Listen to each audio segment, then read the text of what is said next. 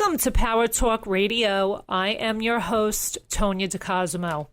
You know, I've said in the past, I really love what I do because I get to speak to people that I admire, learn from, people who make me laugh, and who I've watched and listened to on TV for years. And my guest today is one of those people. Yeardley Smith is an actress, best known for being the voice of Lisa Simpson for over 30 years on the animated television series The Simpsons. She has appeared in films including City Slickers and As Good as It Gets. She's been on numerous television series and also on Broadway. Yeardley has been a guest on talk shows including The Today Show and Dr. Oz. Yeardley is also an artist, philanthropist, author, podcaster, and owner of her production company called Paperclip Ltd., which produces award-winning films, and her hit podcast Small Town Dicks, which is currently in its 6th season and has achieved millions of downloads. Yeardley is a staunch supporter of the LGBTQ+ community, and she is the largest private donor to the HRC. It's such a pleasure to have you with us today. How are you? I'm so well. That's an amazing introduction. It either makes me sound extraordinary or like I have ADD and I can't figure out what to do. Well, I could have gone on for an hour, you know that, but you're amazing. I hope you're healthy and safe during these crazy times. Yes, feel lucky. You know, I have a roof over my head and my job, The Simpsons, we've managed to stay in production, which is an extraordinary gift, truly the job that just keeps on giving. So we started recording the episodes from home. Mm-hmm. So they sent us equipment, although, as you mentioned, I have the podcast Small Town Dicks already had really good equipment, but then, you know, now they direct us over Zoom and they remote the sessions from the studio at Fox where there's just one engineer now. So, But as you know, show business is scripted show business. Right. And a lot of unscripted as well has completely shut down, so I feel enormously fortunate. Absolutely. Good. That's great news. We like to hear good news. Yeah, I know. It's rare these days, It is rare. It is rare. So let's talk about one of my favorite shows of all time, The Simpsons.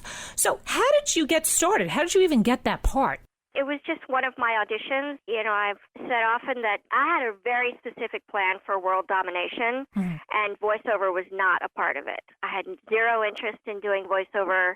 I didn't have a voiceover agent when I auditioned for The Simpsons. It came through my regular theatrical agent, and so I just am an actor who really rarely turns anything down, and so I was like, yeah, okay, I'll go. What is it? And that was at the time that we were doing the bumpers, the little shorts on Tracey Ullman Show. Uh-huh. So it really, really was out of the box, and it was one of Fox's first shows, the Tracey Ullman Show, and it was a new network, and everybody's like, oh, my God, this is ridiculous. This network is never even going to last. Who cares? You know, you're what? You're doing? No, it's the big three, ABC, CBS, NBC. I think really thought, oh, really, New Kid on the Block? You think so?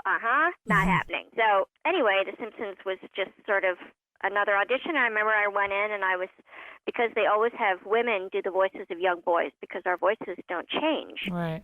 So I was brought in to read for Bart. But I have to say, it wasn't so calculated. I think they literally just, every woman who walked through the door, they're like, you read for Bart. You read for Bart. It wasn't like, oh, Yeardley Smith would be great for Bart. And it didn't last more than, 17 seconds. And so... You're definitely Lisa. Like a girl. Yeah, exactly. And they said, well, he has a sister. She's younger. She's 8. Well, how about that? I'm like, okay. And I, of course, know that I sound pretty young and 30 years ago sounded even a bit younger. And so I remember thinking, well, if people tell me I sound like I'm 10 and Lisa's 8, then I'll just go up because, I don't know, that seems better than going down. Exactly. So. Oh, that's funny. It is such a unique show. I mean, in many ways. One being that the characters remain timeless, but they do relate to, current events. I mean, how do you feel the characters, I mean, more specifically Lisa, how do you feel she's grown in the last 30 years? So much, really. Certainly when we first started doing the little shorts on Tracey Ullman, she was sort of two-dimensional. She really was there just to be a foil for Bart. She didn't have much of a personality other than the bratty middle child. And we would tell a whole story in, I think it was 90 seconds, or it might have been a minute, and it was like 20-second segments, right? So when we went to half hour, it was James L. Brooks, our executive producer, I've always heard, who said, I want her to be a prodigy, like super smart, and I want her to play the saxophone and be really, really good at that. And so what was great about that was that now you had this character who felt like a misfit in her own indigenous environment. I mean, which can be sort of harrowing, and I've come to find out that that's really Lisa Simpson is all the writers working out their angst from their childhoods when they were misfits. So I'm like, all right. Also, okay, happy to help. Middle child syndrome. Yes, that too, right? And being, the smartest kid in the room. And I would say that whenever you do something really well and you're young, you're a child, it sets you apart from your peer group. And as a kid, usually all you want to do is fit in. But if you're really good at sports or math or, dramatic arts, or you're a really good artist, whatever the thing is that makes you stand out can be a blessing and a curse, because people often, most people are usually like, oh my God, that's so great. But there will always be a few who don't like you for it. Yeah. And so it can just be another little thing to navigate as you're growing up, and especially as a teenager, Mm-hmm. Now, what's your favorite Lisa Simpson episode? Like Sophie's Choice. It's so hard. I have a running list of probably about 10 episodes, because I'll forget an episode and then I'll see it again and go like, oh my God, that has to make the list. So, but one of the ones that always makes the list is we did an episode. It's not even a Lisa episode. It's really a Bart episode where Bart sells his soul to Milhouse for $1. Mm-hmm. I think it's called Bart Sells His Soul. And then Lisa buys it back for $5. And what I love about that episode is that it's the unique and quintessential way that the Simpsons address this kind of existential question of, do we have a soul and does it matter? And so in the episode, Bart, he sells his soul and he's like, I don't even believe in his soul. Forget that. And then he, for instance, goes to the Quickie Mart and the automatic door reader doesn't read him. And he becomes this sort of hollow shell of a person. And he's like, oh shit, maybe his soul is actually a thing. So I love that episode. I also love the Moaning Lisa Blues, which was, I think that was season 2, and it's the very first time Lisa meets Bleeding Gums Murphy. And the great backstory of that episode is that James L. Brooks said, I want to write an episode about Lisa being sad. Like, that was the whole concept. And there was some pushback in the writer's room, like, you can't write a funny cartoon about a character being sad, like, oh my God. But of course, he's the head honcho, right? So you don't say no. And then Al Jean, who's our showrunner now and was our showrunner back then as well, and then he left for a while and came back, and his writing partner, Mike Reese, wrote this beautiful episode about Lisa being sad. And at first Marge says, I want you to take all your feelings and stuff them down, way, way, way, way down, because that's what we do, and that's certainly what we do as women. And Lisa tries it, and of course, it all leaks out. And then she finds her joy and acceptance in this wonderful black jazz musician, Bleeding Gums Murphy, and she feels like, okay, there's a place where I belong. And it's just a beautiful, simple story. Really, just a brilliant show, I have to say. Yeah. So let's move on. Let's talk podcast. Small Town Dicks. Yes. Why is this so unique? What's unique about Small Town Dicks is, in the podcast space, when we started, you didn't really have any true crime stories being told by the detective who investigated the case. And so that's all of our stories. All of our cases are told by one of the detectives who investigated the case. And so you get this really granular, first-hand, behind-the-scenes view of what it takes for a detective to make sure that all of the dominoes line up perfectly. And I mean perfectly, in order for justice to be served. Because you could have all the evidence in the world and then take it to your DA, and the DA might say, nah, I'm not going to file. Meaning I'm not going to charge the person, with a crime. And you're like, oh. And so, and when we hear about a case on the news, you usually get just the tip of the iceberg, 5%, 10% of the story. And so what our fans love and what I love is, first of all, how did this investigation take place? How did it go? And also, who is this person who is willing to go toward all of the things that the rest of us run from, right? So when you're in trouble, you call the cops. Who are those people who go, yeah, I'll do that. I'm going to show up for that. And, take it to heart to make sure that these victims are honored and justice is served. So, and I co-host with identical twin detectives, Dan and Dave, and because they were adamant that we really honor the victims, we changed all the names. We don't actually tell you where the crime even took place. All of our detectives just go by their first name.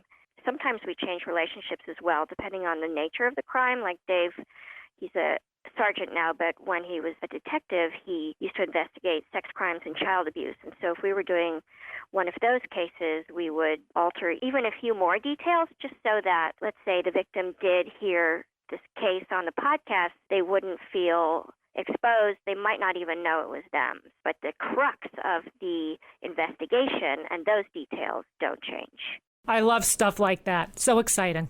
It's really amazing. And I actually do hardly any talking. I feel like my role is I'm you, right? So I'm you, and we are the audience sitting on the opposite side of the table. And part of my job is I want to know how you do what you do and why do you do it. So I always ask the detectives, tell me how this job has changed you. And would you say that your spouse or life partner or your kids would say the same? And invariably, they all say yes. And then we always want to know, if you are that person who's going to see the worst of humanity every single day, where do you store that inside you? Then sort of back to the soul. Where does it go in order for you to be able to function as a dad, a husband, or whatever your life's path might be? And they all say, we put it in a box. And the problem is the lock on the box isn't that tight. We had a dispatcher come in and give us 3 of her most memorable calls. We've had a couple of those episodes, which are fascinating, and the fans love them. And she said, if you don't deal with this job, it will ultimately deal with you. And I was like, oh, shit. And this is the 6th season, correct? Yes, we're 3 years old because we do about 2 seasons a year. So we launched in August of 2017. And we just wrapped our 6th season in June, and season 7 will start September 4th of this year. So we have some amazing cases. Good for you. Continued success really with that. Thank you. Now let's talk about, you're a big supporter, LGBTQ plus community. Why is that cause so important to you?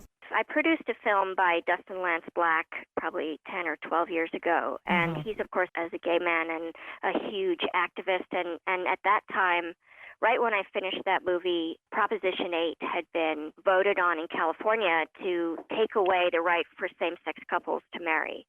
And so Lance came to me and said, we need to fight this. Will you help? And I said, of course. And that was my induction into my heavy and ongoing support of the LGBTQ plus community and the Human Rights Campaign. I think, at the end of the day, I really, really believe in my heart, first of all, you do not get to cherry pick people's human rights. And second of all, there has to be, I don't know if you can swear on this podcast, but I don't give a fuck if somebody is so different from you, if they are living their life and not harming anyone or themselves, then we need to find a way to meet in the middle. So I don't get it. I literally don't get it. You're a really conservative, a Christian and you don't believe in gay marriage, that's fine, but it doesn't mean that you get to deny somebody else just because you think it's wrong. Right. I just don't believe that. I don't. And so I'm Can't all we in, all and just get I along? I mean, seriously, Tonya, seriously. It's just not that hard. And at the end of the day, I feel like the mere fact that there is still a group of people who are not fully protected under the civil rights law is, in this day and age, and we're still asking that question? I don't understand it. I just don't. It's just not right. What happened to, equality for all? What happened to that? Yeah. You don't get to carve out a whole subset of people. We need peace. We need peace. Everybody needs to get along and realize we're all different. We're all unique, and that's what makes the world go round. That's right, and that's what makes it great. And by the way, you might learn something. And I'm not saying that a person who's part of the LGBTQ plus community who has it in for, let's say, conservative Christians might not also learn something from them. But if we can't even have the conversation, right, that's a fundamental problem. Yeah. Now, Yeardley, you battled with bulimia. And you came out publicly, discussed this. Why did you feel it was important to let people know, this is your private life? Why did you feel it was important to discuss this publicly? I think, it wasn't so much I'm going to come out and make a public announcement. I was bulimic for 25 years, and I'm 56 now. So that is, at the time, and when I decided to go get help, I went to this outpatient program at UCLA, specifically for eating disorders, and we met 8 hours a week. And basically it was group therapy, but one of the things we had to do was eat together as a group. And if anybody who has an eating disorder knows that eating, of course, is an incredibly private ritual. So that was a big challenge for all of us. But I remember when I was 39, that's when I went to that program because I thought, I cannot turn 40 and still be doing this. And I had been in therapy and always thought like, I can do this. I can do it on my own. And I would lie by omission to the therapist, and sometimes I would bring it up, and sometimes I wouldn't. And I finally realized, no, you can't do it on your own. So that's why I went to that program. And I think it took me a long time. It was years, probably, I don't know, if I went when I was 39 and was there for 13 months, it probably wasn't until well after, 10 years probably later, that I was able to speak publicly about it, because I had to really work through so much shame about it. And although I did do a one-woman show and I made my eating disorder, I sort of made it a game show, which people either really loved or they would walk out. But and that's a good idea. That was a good idea. It was really good, I thought. But at that time, I was very newly sort of recovered. Not that you ever really recover from that. There's always the impulse when things get really stressful. That's the first thing I want to do is binge and purge. Yeah. But now I have tools to talk myself off that ledge. But there's a lot of shame, first of all, in having an addiction like that and having an eating disorder, not being able to get a handle on it yourself, getting a handle on it, falling off the wagon, getting a handle, it's just, in some ways, I hope that, for instance, when I did the Marc Maron podcast, I talked about it in some detail, and I got a really incredible email he did, and he forwarded it to me from a woman who said, I just listened to the Marc Maron episode and heard you talking about your eating disorder, and I had to pull over, and I started crying, and then I called my local eating disorder hotline, and now I'm going to get help. Aww.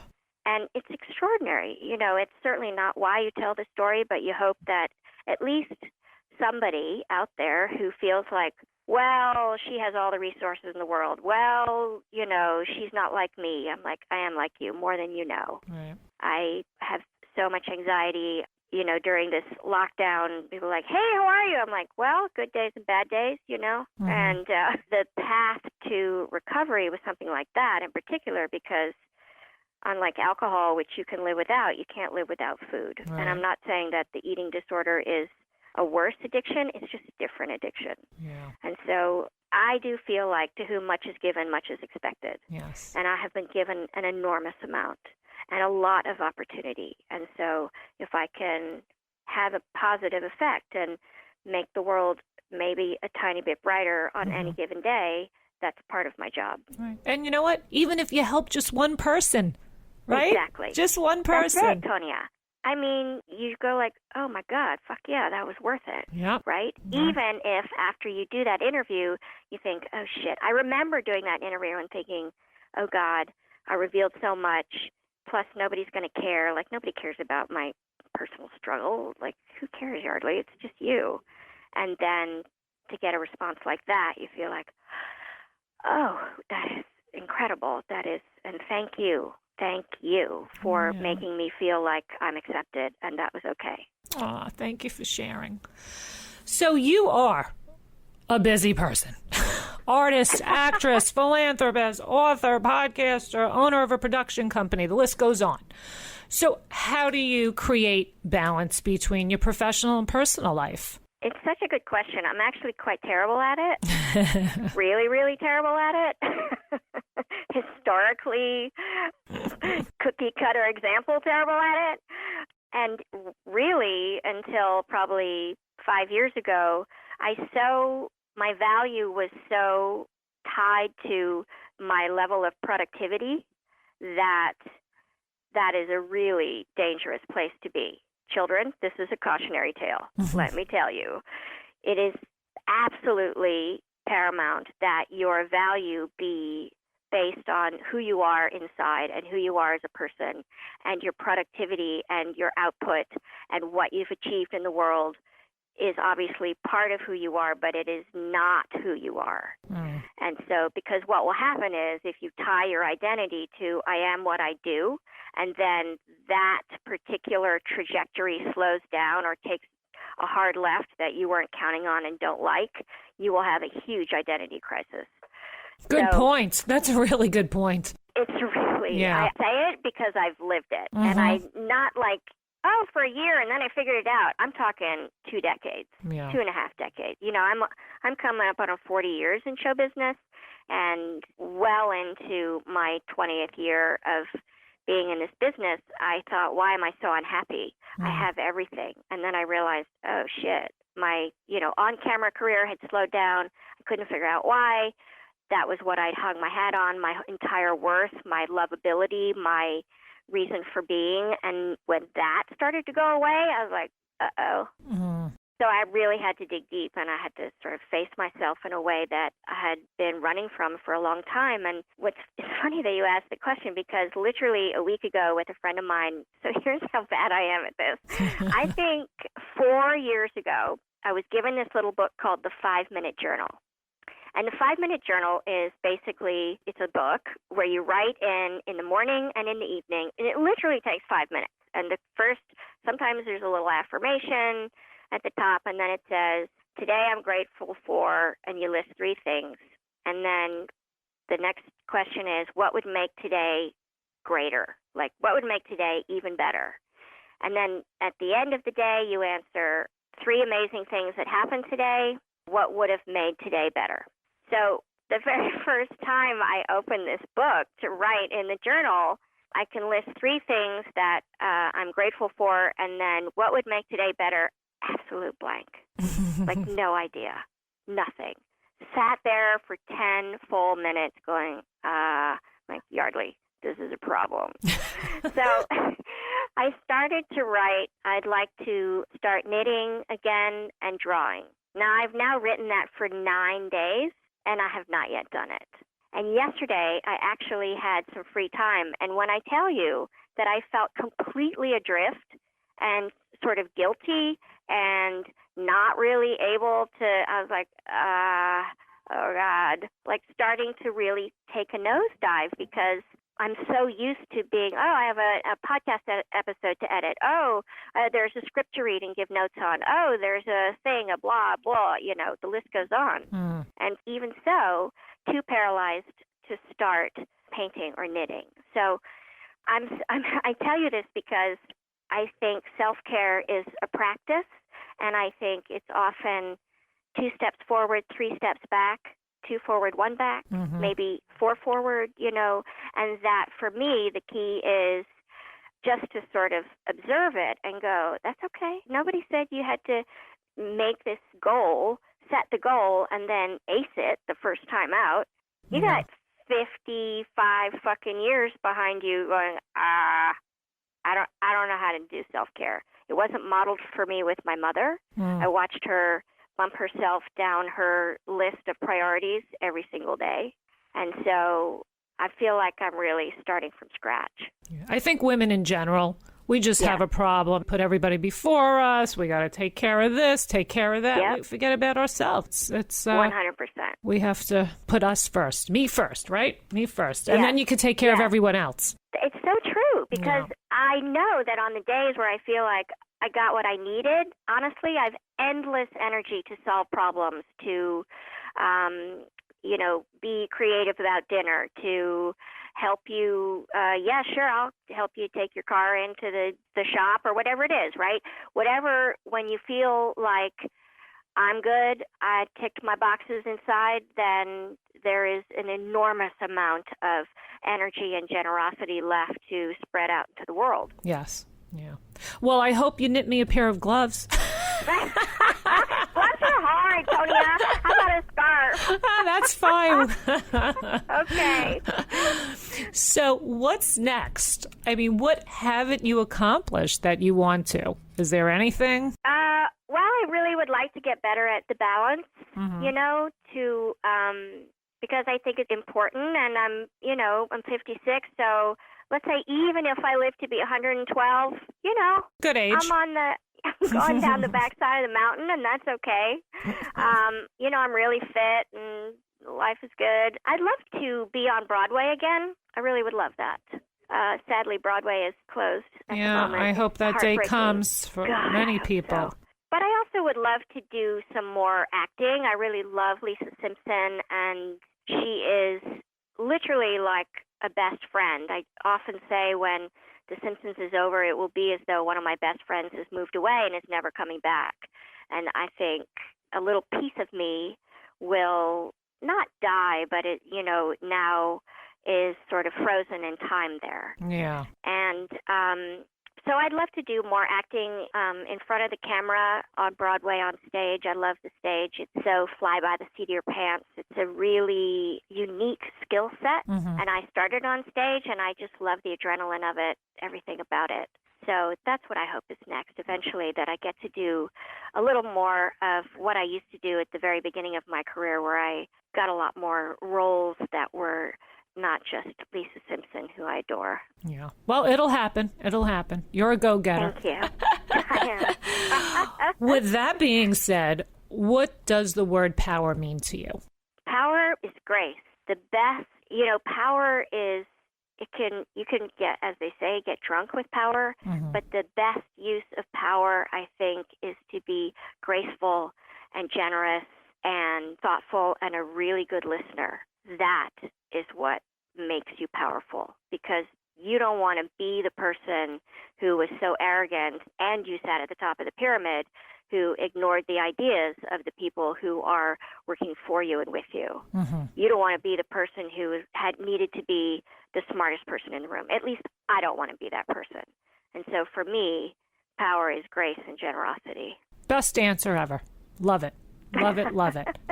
Well, I have to tell you, I am honored that you're going to be in Power Magazine, the fall issue. Oh, my. It's such an honor.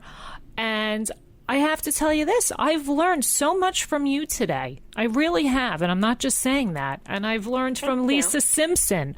So, keep doing what you're doing. You're amazing. Never change who you are. And, I know you've been very fortunate in life, but there's still a lot more to come for you, and you've worked hard for it. So sometimes people think, oh, this person's lucky, that person's lucky. You know what? Luck has a little bit to do with it, but you're really an amazing person, an inspiration, and a powerhouse. So thank you so much. That means the world to me. Thank you. Thank you so much. And you stay safe and healthy. And I can't wait to see you on Broadway. Thank you. Yay. I'll get you a house seat. I can't wait. Okay, it's a deal. It's a pleasure. You enjoy the rest of your day. And thank you, Yeardley Smith. Thank you so much, Tonya. This is such a pleasure. Take care now. You too.